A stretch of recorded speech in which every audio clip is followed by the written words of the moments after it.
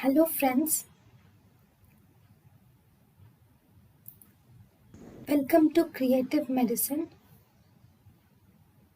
In this lecture, we will learn about Small for gestational age or intrauterine growth retardation. In small for gestational age or intrauterine growth retardation, the birth weight should be less than 10th percentile for gestational age. Appropriate for gestational age.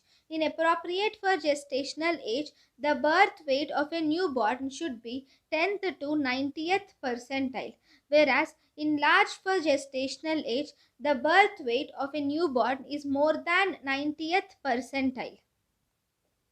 So, if you see the small for gestational age versus intrauterine growth retardation, in intrauterine growth retardation, there is some underlying pathological cause which is occurring.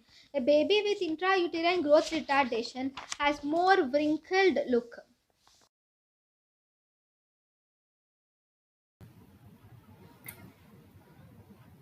thank you and thank you for watching.